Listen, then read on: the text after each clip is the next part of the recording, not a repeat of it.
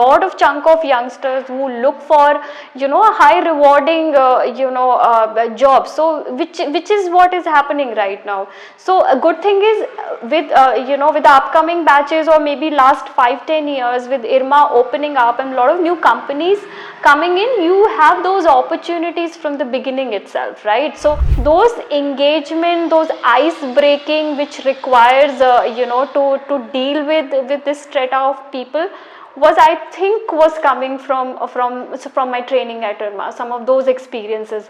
So those, I think, it's important. But at the same time, my other assignment was with Coursera, where possibly they were trying to roll out a product in India, which is more of an urban setup, and those how the market scans need to happen with a different setup of people, of a Coursera pitching in some product to the learners, to the professionals, to actually to manual scavengers who would want to mainstream themselves, right? So it's a very different piece of work. I am Anupama Tripathi.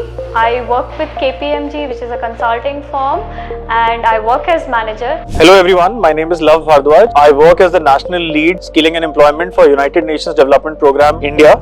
My name is Apurv Gupta. I am working with Yes Bank as an Assistant Vice President in Government Banking team. I am Sushma Rishi. I work with JICA as a Development Specialist. And I am an IRMAN. And I am an IRMAN. I am an IRMAN. And I am an IRMAN.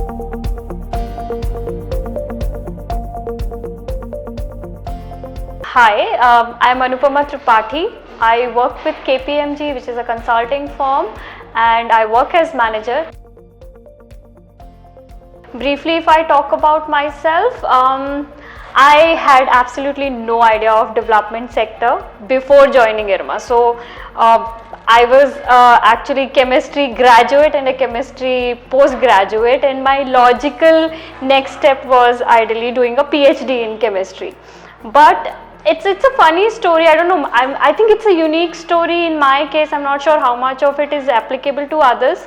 My father tried for the second batch of IRMA and he could not clear it, or maybe there was some issue why he was not getting sort of admitted in IRMA, and so that's how I always knew that there is an institute like this which exists.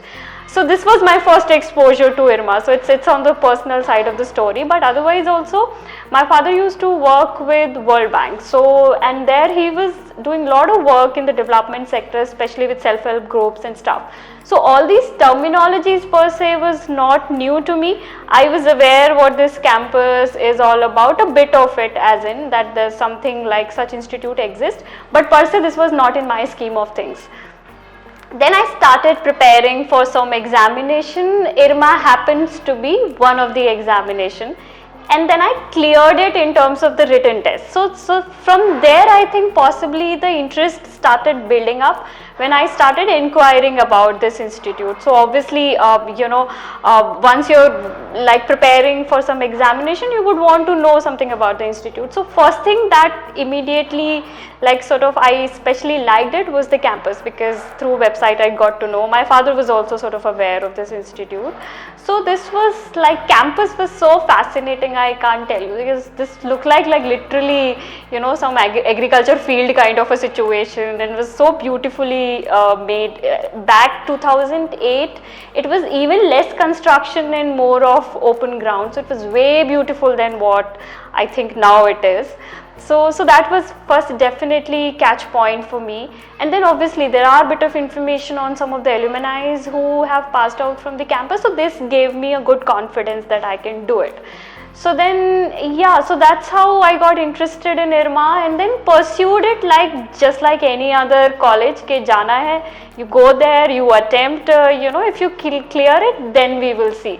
So much of this thing, it's the rural is in my blood, and those things were not there. I think it built over a period of time, it evolved. I was at a very different stage to appreciate what IRMA was when I entered the campus, and when I exited the campus, I was at a different level. So I think that is what IRMA does to you. It evolves you as a person, it evolves your thought process. So that is professionally how I would say कि वहाँ like पहुँचना वहाँ तक कैसे हुआ, how I actually reached IRMA. it's been 14 years since I have passed out from IRMA.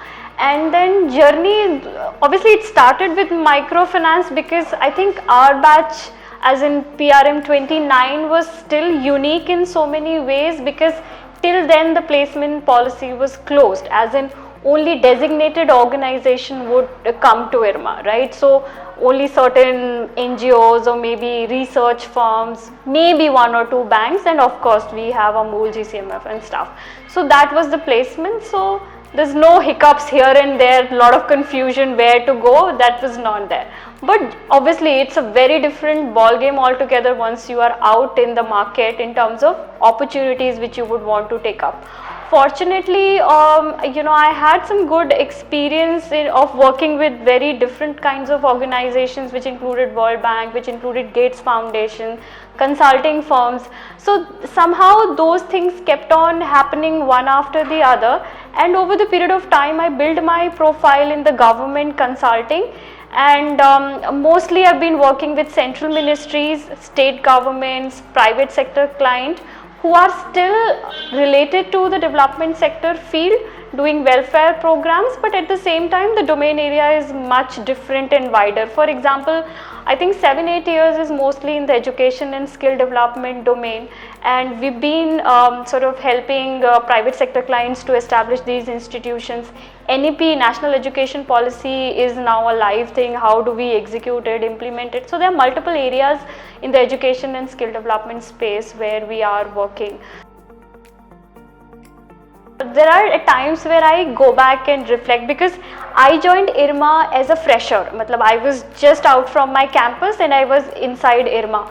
So sometimes, I actually go back and reflect whether I was able to appreciate the curriculum I read then, and now how am I using it. So I think the good part is, over a period of time, how IRMA, obviously curriculum is great. Curriculum in terms of, the generic stuff which they capture, which is not dependent on rural setup a lot. So it's a generic curriculum which you can apply even to any normal B school scenarios. But at the same time, the curriculum is still molded towards rural background, so it equips you with those perspectives, with those skills, with those, I think, framework, intellect, or whatever you would want to call it, which give you which makes you much more aware and sensitive towards this side of the story in terms of a rural background. But at the same time, IRMA curriculum also equips you with the skills and competency which you would require in any work stream.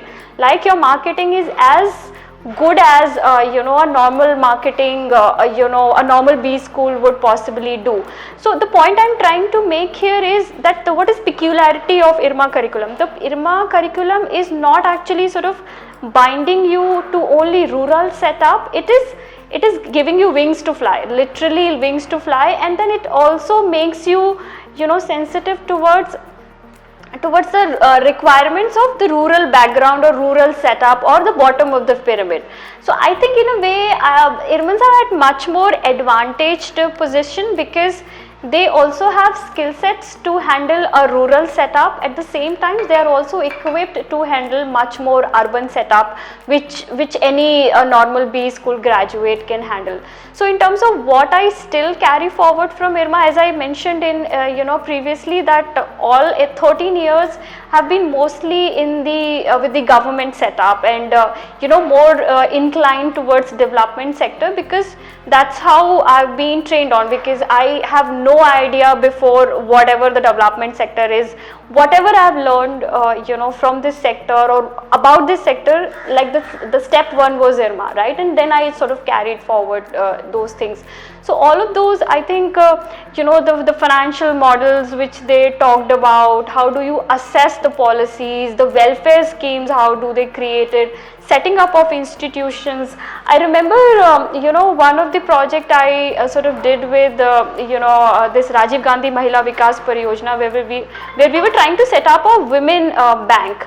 So all those, it was like a pretty, in terms of heavy strategy operations kind of a project then. So now I realize realized that the kind of projects which we were doing at that time has so much relevance now when we do all of these live projects with different for different clients as such. So there's a lot of course there's a lot of learnings which you carry forward, but I think what will stay with us till our maybe whatever time we will work is the perspective which we have built.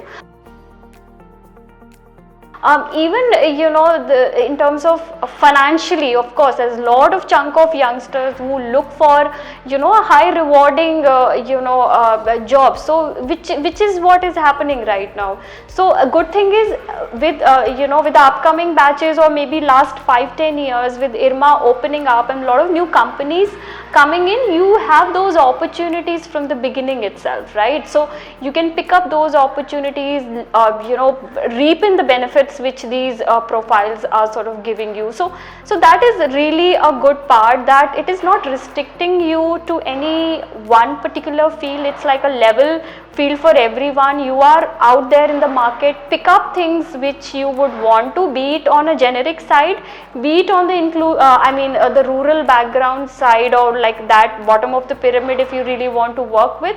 So it becomes a level field. So that is the advantage which I feel. And then as you grow up, in your work profiles, you carry those perspectives, you carry those learnings, you carry those, inclination for the benefit of the people. I think that remains with people. Obviously, your work profile changes over a period of time. So still, you might be working maybe with international organizations, you might completely lose touch from India, at least, but that perspective is important, right? So that I think continues for long. So I personally, since I would say I think I am like a very important or very crucial set of people who had seen both sides of IRMA, like one where the placements was closed, and now when the placements are open, I think it's a great thing which has happened, in terms of giving us equal opportunities, giving the IRMANs equal opportunities to wherever they want to work, and at the same time still be connected to the roots, still be connected for the welfare of programs or welfare of the people who, or rural people for that matter. So I think with consulting, it's important to realize that consulting is one practice, and especially if you are in a government consulting kind of a setup. Government kind of a setup. I mean, I'm not saying that only working with the government, there are private sector people involved. So how it works, right? For example, I'll give you an example that as part of KPMG, I was working with the National Urban Livelihood Mission, the Ministry of Housing and Urban Affairs, who are also rolling out Swachh Bharat mission. So one of the initiatives which was planned under Swachh Bharat mission is to mainstream these manual scavengers. So and then you have to literally, if you have to work with manual scavengers, of course, there is a social taboo, there are a lot of things which are associated with these people and stuff. So once you're there, you actually sit with them, you eat with them. I'm not saying that this is something great, which I have done, but yes, I'm aware, I'm sensitive of these things because I've been trained in a certain way, to how to deal with issues, how to deal with this strata of people, and what it takes to be one among them. So that feeling that I'm actually one among them and not very different, like coming like an outsider, it's important to be a part of them, to understand what they want and how we can sort of mainstream. So those engagement, those ice breaking which requires to deal with this strata of people was coming from my training at IRMA, some of those experiences.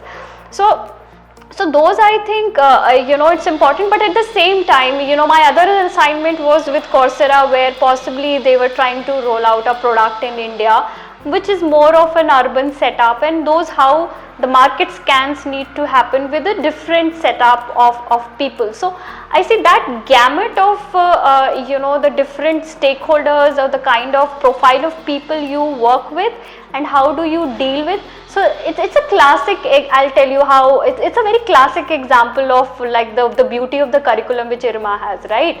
When you are doing a market scan, I know exactly what I have, like the funders which I have possibly learned from my strategic management classes and or possibly a marketing classes, I would have applied there, right? And somewhere like whatever I would have learned from a rural management sort of a perspective, I would have applied in the case of manual scavengers. So that's the beauty. So as I was talking initially, that it's a level field, it gives you opportunities, it's not restricting you to any particular field, it is opening up your skills. So it's honing your skills from every potentially perspective. So that's how I would say, okay, even consulting, which is giving you those opportunities to work with very different stakeholders, which is as high sort of, I wouldn't say high profile, maybe a very different subset of a Coursera pitching in some product to the learners, to the professionals, to actually to manual scavengers who would want to mainstream themselves, right? So it's a very different